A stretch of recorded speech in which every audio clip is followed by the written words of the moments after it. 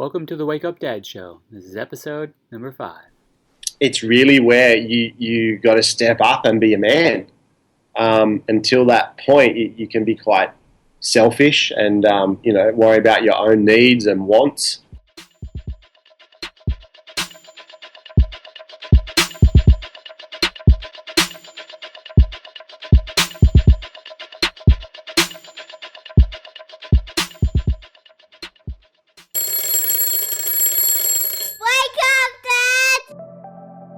Are you confused and overwhelmed about your role in all the craziness that is being a dad? Are you struggling to create the life you hope for? Are you looking for other dads to share your struggles and your triumphs? Or do you just need help waking up in the morning? Join your host, Dr. Scott Vatcher, as he explores the amazing and sometimes crazy world of being a dad. This is the Wake Up Dad Show.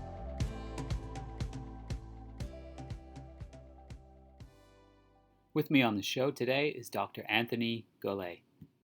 Dr. Anthony Golle has been studying human wellness for over 2 decades. His professional training is in exercise physiology, chiropractic, and neuro linguistics.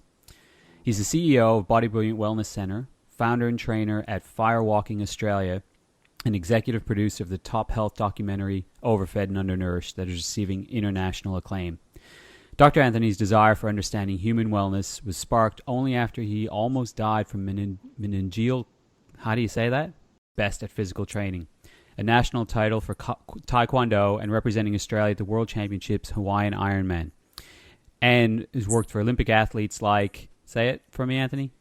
Tatiana Grigorieva. She was.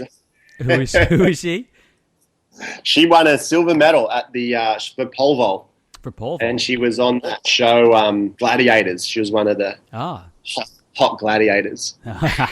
Pretty cool. And also celebrities like Anthony Hopkins and Anthony Robbins. His passions now fulfilled linking arms with other inspired wellness warriors, helping thousands of people every month with his online program, the Tribal Wellness Movement. Dr. Anthony's great source of joy is his marriage to his high school sweetheart, Tae Golle, for 14 years, and their 3 children, Zavier, Bodhi, and Zara. Welcome to the show, Dr. Anthony. Good to be here. When you put it all there at once, it's cool. Yeah, it's great to hear it, isn't it?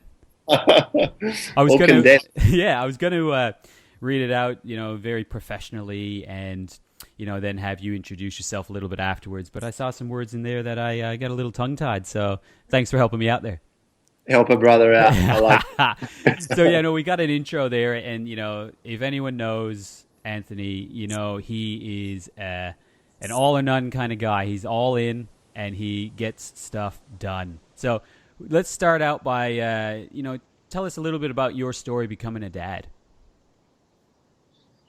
I always had a really strong affinity for kids. So when I played soccer as a early teen, I was already coaching little kids.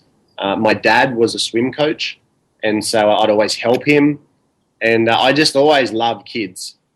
And when I was with Kate, it was very early in our conversations about our children and our children's names. So it was always there. And then my wife had done some detox programs for Anthony Robbins. And so I think parenting for us was always a very a conscious decision. It wasn't happenstance. Again, I remember listening to an Anthony Robbins audio and just some of the things that the speakers on that were talking about in parenting. And this is, in my late teens, early 20s. So for whatever reason, innately, it was always there that I wanted to be a good dad. And so, for Zavier, our first, it was very planned. We did a whole detox together, and, it was the home birth. And but, man, still, no one gives you the manual that tells you everything, what it's going to be and how it's going to work out. Where is that secret manual? And just, there's sleep deprivation and, the person you become with not that much sleep and coordinating relationship and business and all of that. It's a journey, and I was thinking this is great because we always knew we wanted to have 3 kids, and most things in life you do it a second and third time and it gets easier, but man, they've all just got different characteristics and different needs and behaviors, but it's cool. So they're 4, 6, and 8 now, and I've got to say it's definitely easier now that they're a little bit self-sufficient. A little bit older makes all the difference, doesn't it? Now, I've only got one child. She's 6, and just being able to wake up in the morning and pour a bit of almond milk on her coconut cereal, boom, done. Yeah. And it's funny, and I don't know if I'm going off track here, but I definitely started to read around different timings and when different hormones come in, even at their younger ages. And it's almost to the day we can see it in our kids. And our eldest Zavier has definitely been a challenge. He's very touchy and definitely not conducive for a classroom. And likes to stir the pot in the house, and Bodhi was just like this little angel kid, and then it's always in perfect balance, right? And literally in one day we wake up and Bodhi's a monster, and Zavier's downstairs and he's 8 and he's already chopped up everything for my omelette and he's got toast on and he's packed his bag and he's ready for school, and I'm just scratching my head going, this is nuts. And I mean, it's only an early journey, right? You speak to people with kids and they're already in their teens, and that's a whole nother chapter. But yeah, definitely. It's interesting. You think the challenges, they don't go away, they just change. I'm sure there'll be dads listening to this show who have newborns, maybe even not even dads yet, and then dads with kids who are teenagers, even empty nesters who the kids have already left the house, and they never stop being your kids. Yeah, that's for sure. I've got a buddy, and he, Arne Rubinstein, I'd actually encourage people to have a look into his work. He wrote a book, The Making of Men, and he's a great ritual. Both his boys are grown up, I think in their early 20s, and they make a habit to connect every year for an overseas holiday. So they'll go on a surf safari or skiing and things like that. But he says, he still holds headspace every day for where they're at and what are they doing. And, I think about that. I think about the last 8 years, how fast it's gone. And I think that's the big thing. People, it's like, when they're at school or when they can do this, life will be easier. You don't want to wish it away. You really want to enjoy and cherish every single phase and soak it up. So...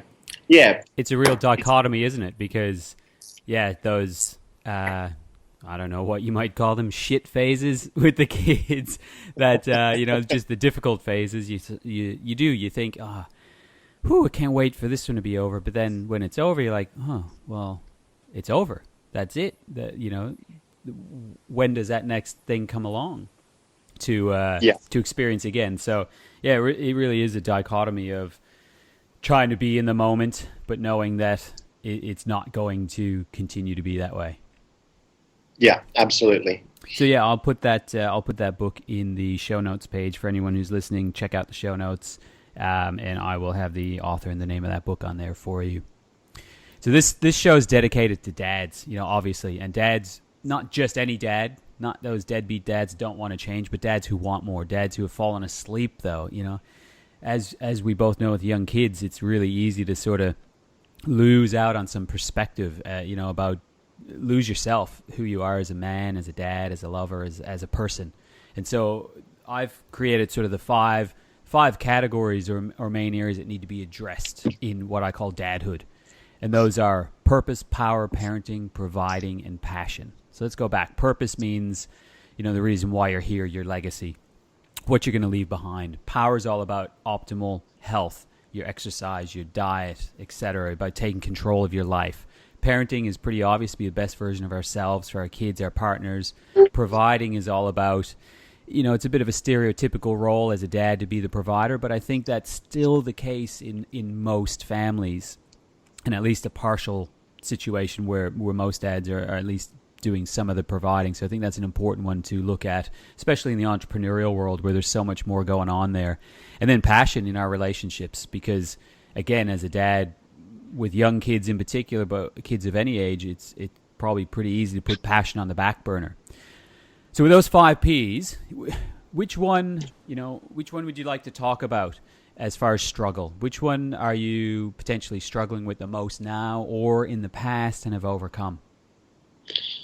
Buddy, I think, clearly passion, especially in the early days.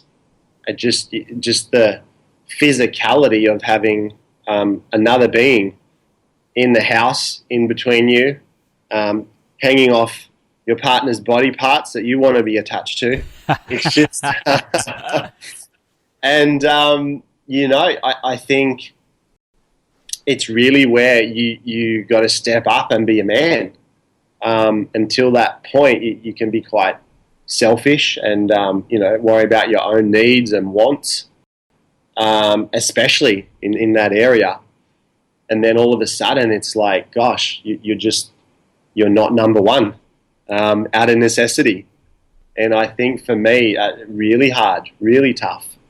And then, we had, as I said, every 2 years you're having another baby. So it's a fairly vast period, and just changes in hormones for the woman. And, I think that urge is still always there as the man. So, buddy, that's definitely been something.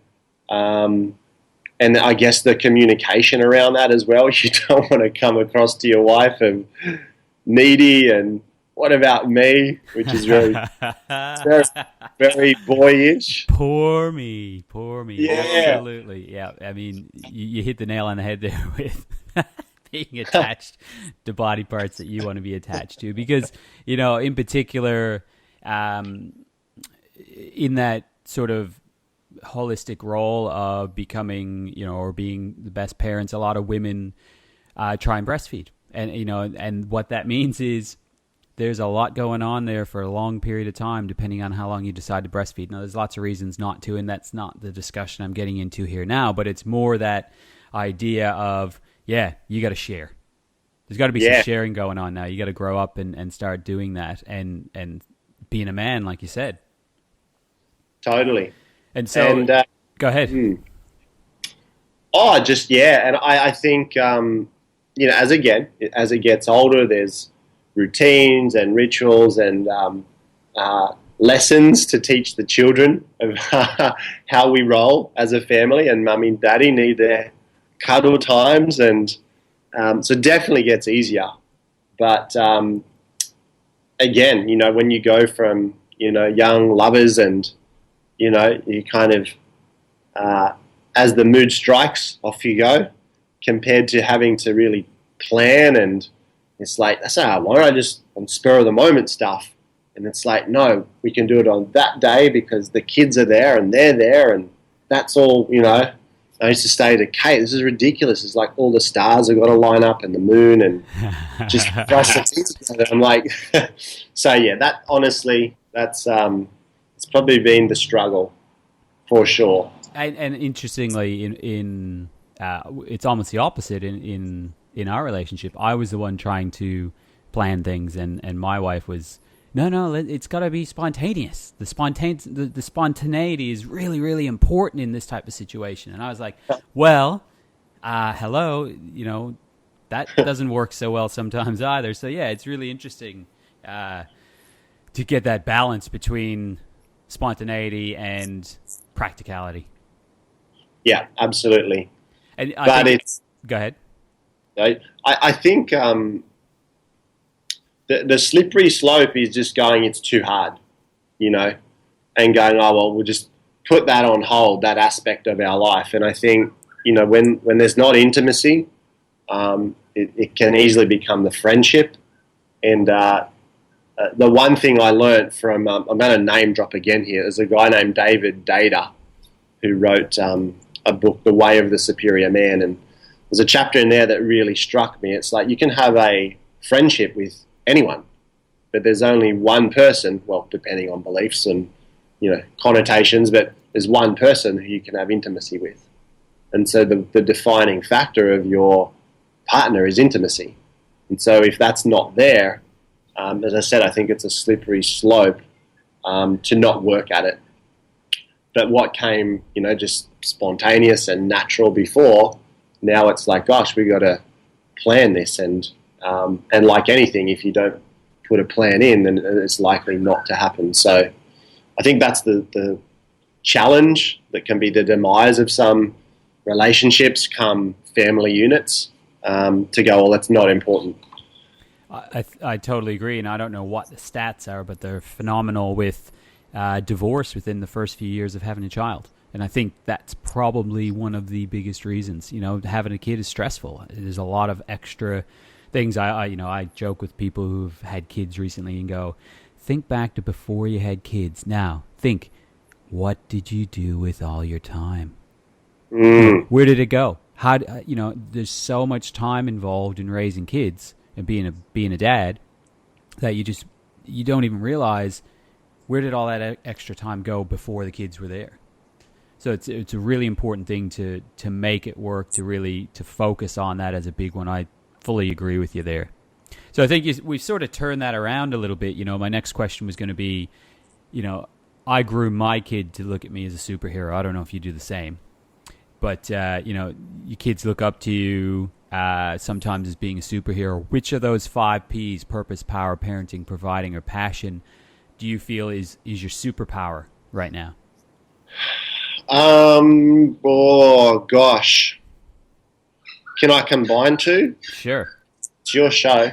I think, my background as a health provider, the power part, it's so ingrained in our parenting style.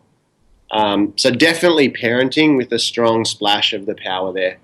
And what I mean by that, our kids, they could get up and teach a workshop for 30 minutes on nutrition or, the power of whole foods or innate intelligence and things like that. Just because that's what we value. And I think that's some of the values we instill in them. But again, it was very important to us and especially me to be a good dad and a great parent. And so I guess when we look at our year, I don't know if you've ever seen that metaphor of the beaker and you've got your rocks and your pebbles and the sand and the water. And, if you fill it with water, then there's no room for the sand or the rocks. So filling your life with the big things, the things that you value the most. So when we look at our year, we'll plan it around those things. And the most important thing for us is magic moments, or what we call epic family adventures. And so we'll put those into our calendar and lock them in first. And then when we kind of scale that back to a monthly basis, we'll make sure that we get away for some kind of adventure, whether it's, stand-up paddleboarding or go climb a mountain or stuff like that. And then bringing that right back to the daily routine. So, yeah, being ex-military, my kids get a little splash of that. And so they can definitely rattle off what their morning routine is. Doesn't mean they do it necessarily, but they can definitely say it. But they've got a morning routine, an afternoon routine, and also a going to bed routine. And I think it's so easy to be busy, and every day we don't quite do it. But there's this one day I said to Kate, we're just spending a day and we're going to practice this routine because I can't stand having to go over and over, put your shoes away, put the bag away. The lunchbox goes on the counter. And so we did. We just drilled it like military style, but now life is a breeze because it's like, your routine. Have you done it? Yes, no, let's roll. So, parenting, super important. And I think, the slippery slope is between taking on that identity as the dad, as the provider, and going, all right, I need to provide things and money and security, when in actual fact, I think the biggest thing kids need is just time, quality time. And so often we find ourselves in a role where we're, busting our butt and thinking we're doing a great job, but all our kids really want is to be there for them. And so, again, we've worked really hard at our lifestyle choices so we can be there for key moments for them. Yeah, I mean, that's a great sort of thought. I've seen something similar floating around on the old Facebook feed with, the kids' greatest currency is time. And, it's true because I think in our world anyway, in Australia and Canada, I know there'll be people listening, America, through the UK, et cetera, in that sort of first world country, we put a very big emphasis on that providing and of things rather than time. So it is really important to somehow figure out that balance, because I know it's easier said than done, that's for sure. But in the end, you're not going to regret spending more time with your kids. Yeah, and this is the thing I learned. I did have an opportunity where I was actually spending a lot of time, and within an hour they were bored of me and they were off playing with their friends. And I realized it actually wasn't a lot of time. It was very present, intense, quality time doing the things that they love. Because again, I think as a parent, we kind of go, it's my role to instill values into you. And I think it couldn't be further from the truth. Obviously, we need great characteristics to live as a great human being, but probably an example might be better. When I say to the kids, what do you want to do today? And we live by the beach, I'm thinking, well, obviously we're going to go to the beach and play in the water and, play in the dunes. And they'll be like, oh, can we go throw sticks in the park? And in my head, I'm like, well, that's a freaking stupid idea. That's not fun. But off we go and we throw sticks in the park and they're lit up, And so just, time, but, very specific time that they value. And I think the telltale for me at least is when my kids are lit up, they're hanging off me. They're grabbing me.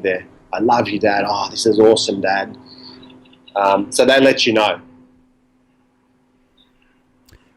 Yeah, and lots of times they let you know, and sometimes I think maybe they don't.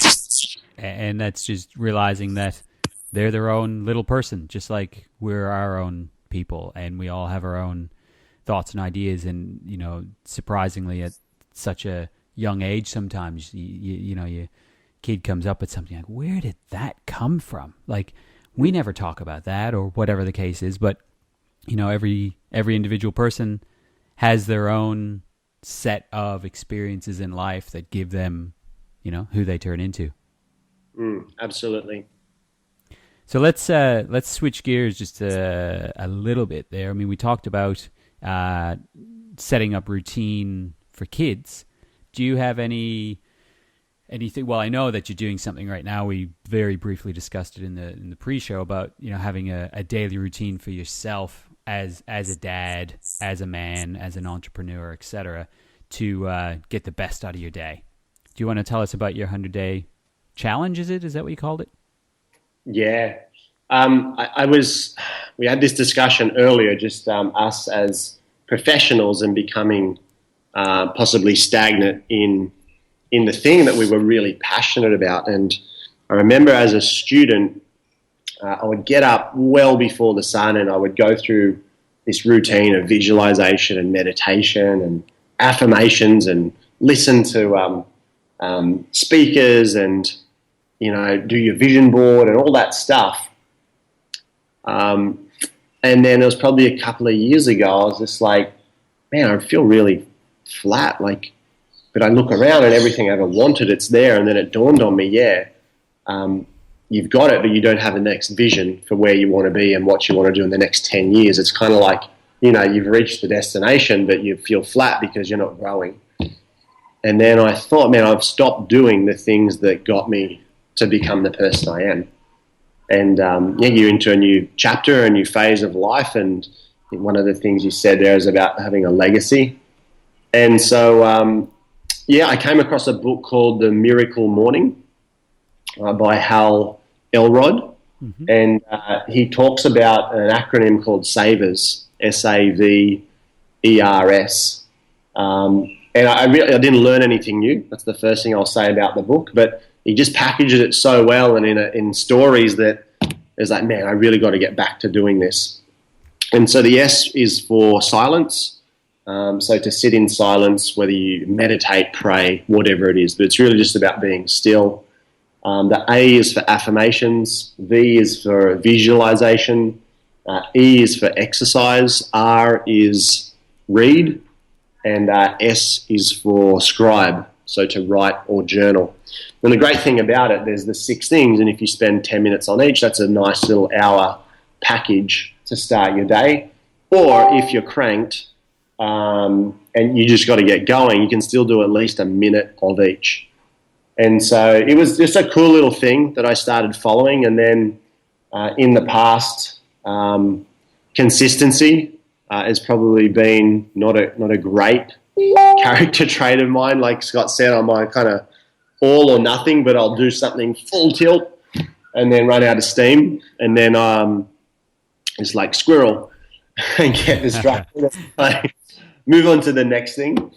So I wanted to have some accountability, and so my online team, I was like, everyone's got to get the book, and we're all doing it together. And I thought, I'm going to take a picture every morning of myself, and I'm going to do 100 days of this thing.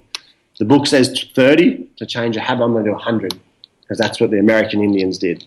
And so anyway, taking pictures every day, and like I was just on fire. And I think I got today, I'll have to look back at my Facebook feed. I think I got to day 24, and I don't know what happened. I just stopped doing it.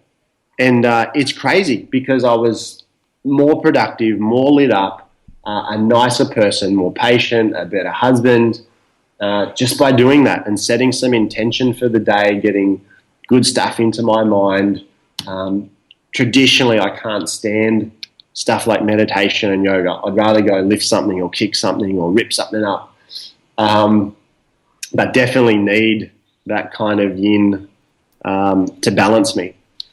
And so, I think it's probably 2 weeks I haven't done it now. And I was just saying to Scott, day one will commence on Monday again. But, a great book, great process. And I think, I used to do this in the past where if I missed a day, I'd beat myself up and kind of, I'm not good enough. Whereas now I'm like, you know what? There's a lot of moving parts to my life. And part of it was we went to Fiji, and I'm like, you know what? I'm not going to do this while I'm on holidays. And I'm okay with that. And I'll just come back. And I think there's a great lesson there. When there's too many rules, especially as a parent, like something's always going to be wrong. There's always going to be something out of place, something the kids didn't do, I didn't do, my partner didn't do. And if there's such strong rules around that, it's very easy to have a lot of negative emotions. Whereas if we just kind of ebb and flow and there's some flexibility in that, I think it makes for a little bit more of a smooth journey. Yeah, it's a great concept idea. I love that because it's so true. When you're on your own, or even just you and your partner without kids, you can get away with being a lot more structured, a lot more strong, hard rules. But, you throw kids into the mix and there's got to be more ebb and flow because that's just life. So it's okay that doesn't happen. And like you said, I think it's a balance between, not being too hard on yourself, but then also being hard enough on yourself, realizing that, like you said, now you're getting back into it on Monday to go, listen, if I want to achieve what I want to achieve in my life, then these are some things that need to be done. So I'm going to get back to it, but not beating yourself up because you took a break on holidays. Yeah, absolutely. Fantastic. So, I mean, maybe that is your message, but if you had 2 minutes in front of a room of 1,000 dads that were eagerly listening, what would be your greatest sort of wake-up dad message to them? The advice that was given me from Arna Rubinstein. So he was a medical doctor who started doing men's work, and really loved it and realized so many adult problems were a result of unresolved childhood issues. And so I took my son on a young warriors camp. So he's put about 25,000 kids through a rites of passage over the last couple of decades. And because he studied all the different indigenous cultures and realized it was one thing they all had in common, that there was a formal rites of passage, and it was acknowledged by the community, and there was a very deliberate delineation between boy to now you're a man, and this is what it means, and these are the responsibilities. And it's just so lacking in I think our society, in our culture. Our excuse for a rites of passage is schoolies or stuff like that, right? And so I remember him saying that the greatest way to connect with your child is to tell stories about when you were a boy. And I do it most nights now. So I either read to them or I'll just tell them a story. And my gosh, they are just on the edge of their beds, asking questions, eyes as big as owls. And you tell them everything. You tell them when you were naughty, you tell them when you got in trouble, and it really bridges that gap between the generations, because they realize, you were a boy, you did naughty things, and they feel super connected to you. So that's a massive takeaway for me. That's, one of the golden nuggets, I think, for me as a parent. And then the second one is tell them that you're proud of them. And be specific. And those two things have been absolute gold for me. And I just see their little hearts open and the connection that we have. And then the third one is the routines, the rituals. The other thing that we're very strong on is, and I encourage people with kids to do, is we always have a meal together. It's typically the evening meal. And the kids instigate this question, what are you grateful for today? And it teaches them to really think about that. And it's amazing. It's amazing what comes out their mouth some days. Like you said, oh my gosh, this is profound. And then we're also really strong on making sure the other children and we are very present while they're speaking. And we teach them to listen with their ears, but also their eyes and their heart. And so just that skill set of that little routine of being grateful and how to listen to someone, I think just creates incredible character for them to grow into, whoever they're going to be, but, just to be a great human being. So that was my 10-minute. No, that was brilliant. I think people will need to take some notes about that, or just re-listen over and over again to those last few. I really like that. So just to circle back on that, I think really important when you tell them that you're proud of them, like you said, be specific. And what you mean by that is to tell them what you're actually proud of, because when you utilize that term that you're proud of somebody without putting in the reason why, it doesn't really mean that much. But as soon as you put a reason to it, they're able to basically take it on a lot better, and it makes such a massive difference. Yeah, and catch them doing great stuff. So, today I saw when Zara slipped over and your first reaction was to go over and pick her up and say, are you okay? Man, I was so proud of you in that moment. And it's like, wow, it just really conditions, that character trait, that behavior. Yep. That's such a good lesson. And back to people who are international speakers, when Anthony talked about schoolies as a rite of passage. Basically what schoolies is, it's a tradition here in Australia where when you graduate high school, you go off for a big party for a week. So that's it. It's really not much of a rite of passage. And then the next biggest one is the 21st birthday, which is basically just a big piss up for most people. So I do fully agree with you that the rites of passage from being a boy to a man or a girl to a woman are just not really celebrated in our society for the most part for a lot of people. So that's a really good point.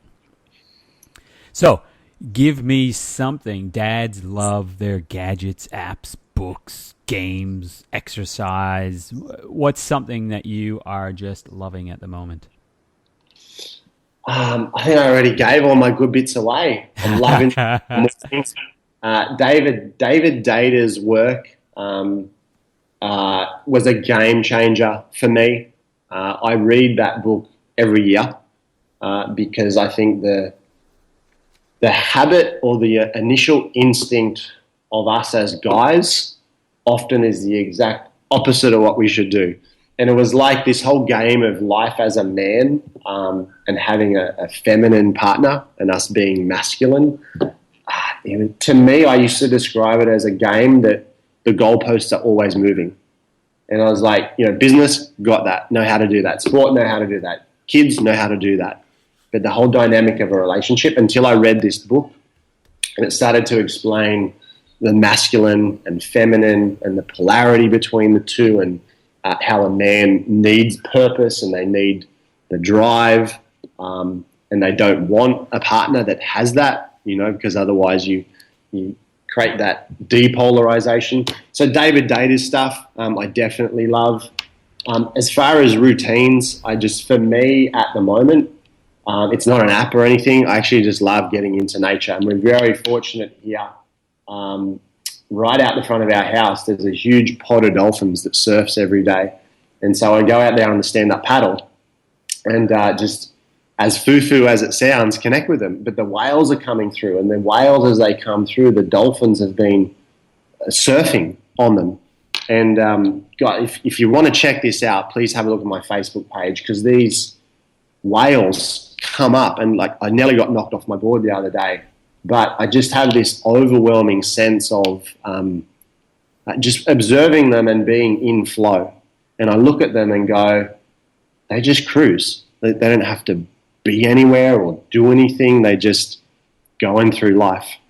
And I think it's such a contrast to our busy but empty lifestyles that so many of us take on. So that's me, dude. Busy but empty. That is a huge takeaway. Awesome. Love it.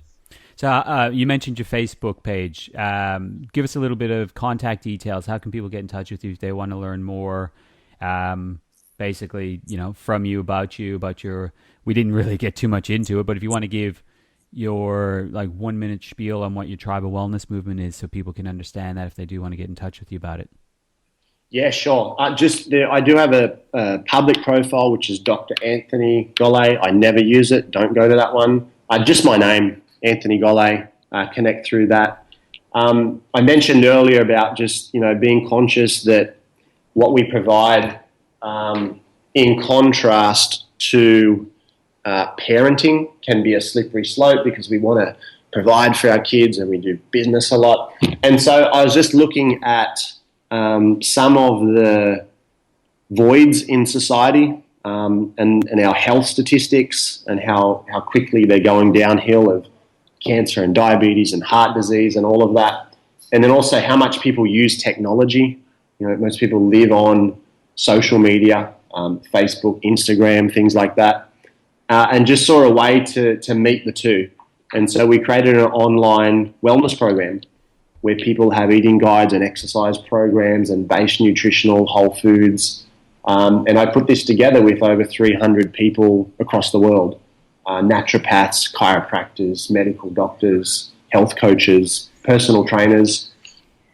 And so Tribal Wellness Movement is a platform where people can use the program as a consumer, but also if you have a need and a want to create a residual income online, that's certainly something we can teach you to do through the program. So for me now, I get to spend a lot of time doing the things that I love and with my kiddies, just because I've set that part of my life up and very passionate about helping other people to do that as well so that they can live that, the 5 Ps to the full.